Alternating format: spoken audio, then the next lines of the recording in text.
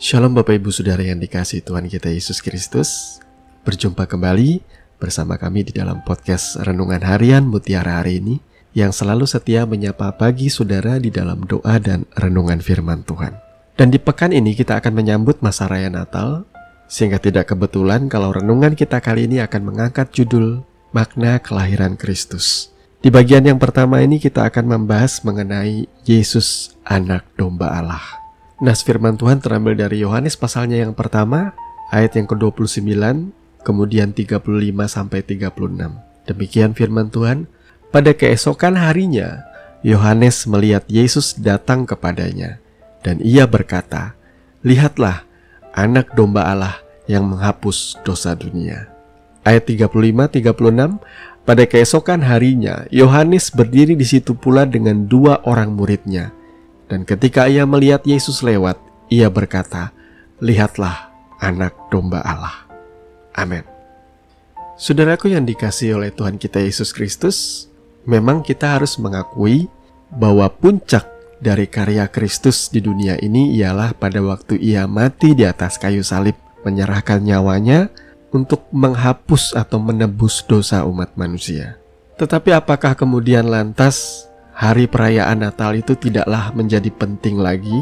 Karena terus terang, perayaan Natal kita tuh banyak kali dicibir karena lebih mengedepankan tradisi ketimbang esensi atau makna sejati daripada kelahiran Kristus Yesus.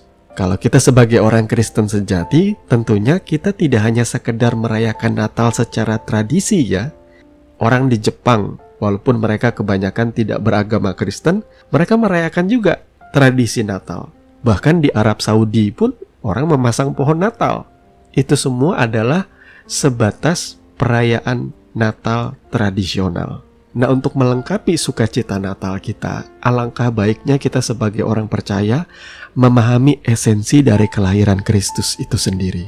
Bahwa makna kelahiran Kristus yang pertama ialah Yesus adalah Anak Domba Allah yang menghapus dosa dunia. Bapak Ibu Saudara yang dikasihi Tuhan, kelahiran Kristus itu bukan sesuatu yang kebetulan, tetapi ini adalah sudah menjadi rancangan Tuhan.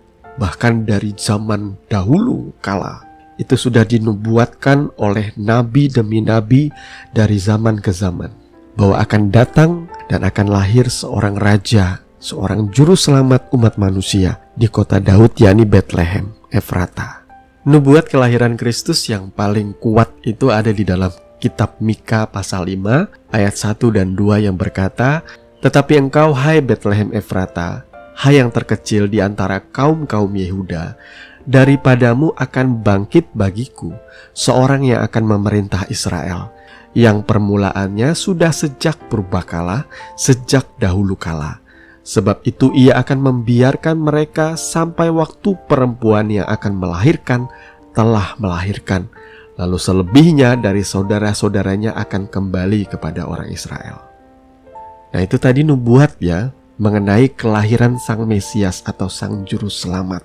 Di dalam kitab Mika dikatakan bahwa raja itu akan dilahirkan di Bethlehem Efrata, kota Daud. Itu digenapi di dalam Lukas pasalnya yang kedua, ayat 4 sampai dengan ayat yang ke-6. Demikian juga Yusuf pergi dari kota Nazaret di Galilea ke Yudea, ke kota Daud yang bernama Bethlehem, karena ia berasal dari keluarga dan keturunan Daud, supaya didaftarkan bersama-sama dengan Maria tunangannya yang sedang mengandung. Ketika mereka di situ, tibalah waktunya bagi Maria untuk bersalin. Jadi apa yang dikatakan di dalam kitab Mika digenapi di dalam Perjanjian Baru, Lukas pasal yang kedua ayat 4 sampai 6 tadi ya, bahwa Yesus lahir di Bethlehem Efrata. Lalu bagaimana dengan istilah Yesus Anak Domba Allah yang menghapus dosa dunia? Ternyata itu sudah dinubuatkan juga di dalam kitab Mika.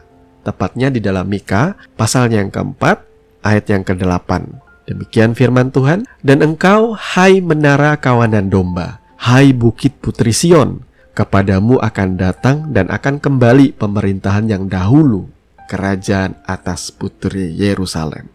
Terus terang saya sudah pernah membahas sebelumnya mengenai makna kelahiran Kristus dalam hubungannya dengan perayaan Natal. Saudara bisa lihat link di atas ini. Jadi menara kawanan domba di dalam kitab Mika itu, kalau di dalam bahasa aslinya menggunakan kata Migdal Eder. Itu adalah sebuah kawasan penggembalaan domba, di mana di situ ada sebuah menara yang dibangun, dan menara itu diperuntukkan sebagai tempat domba-domba pilihan yang sudah disortir baik oleh para gembala, yang kemudian akan diperiksa lagi oleh para imam.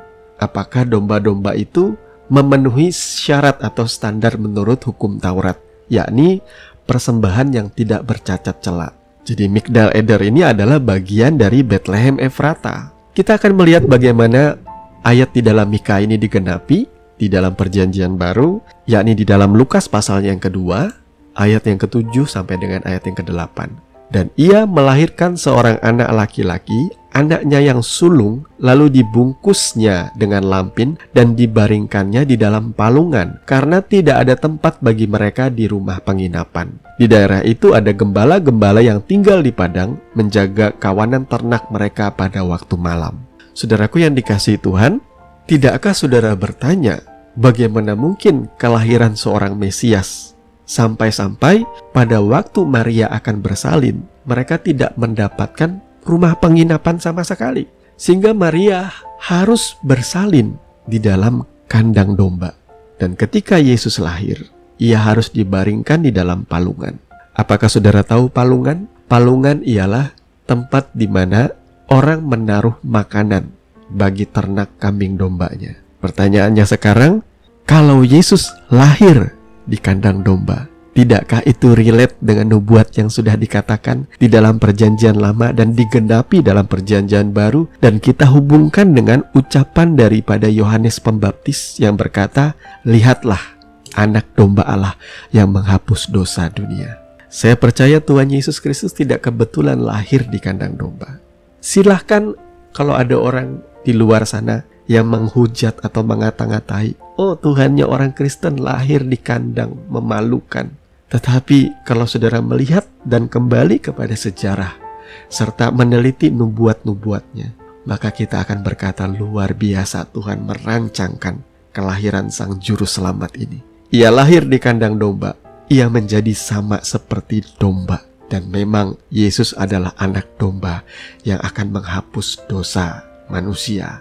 Karena di dalam setiap nubuat yang digambarkan lewat pengorbanan anak domba yang tak bercacat cela, anak domba yang disembelih dan dikorbankan di atas mezbah, yang kemudian darahnya itu dipercikkan kepada umat, itu adalah menggambarkan penebusan dosa yang Tuhan berikan kepada manusia. Sehingga kita bisa berkata, keselamatan yang sejati, pengampunan dosa yang sejati, itu hanya ada melalui Tuhan kita Yesus Kristus, Sang Anak Domba Allah. Tuhan memberkati firman-Nya. Mari kita berdoa. Terima kasih Bapa, di kesempatan hari ini kami bersyukur atas kebenaran firman yang mencelikan kami, sehingga kami boleh mengerti Tuhan maksud dan kehendak-Mu. Kami bersyukur karena Tuhan Yesus sudah datang menjadi anak manusia, lahir di kandang domba yang hina untuk menyelesaikan karya penebusan.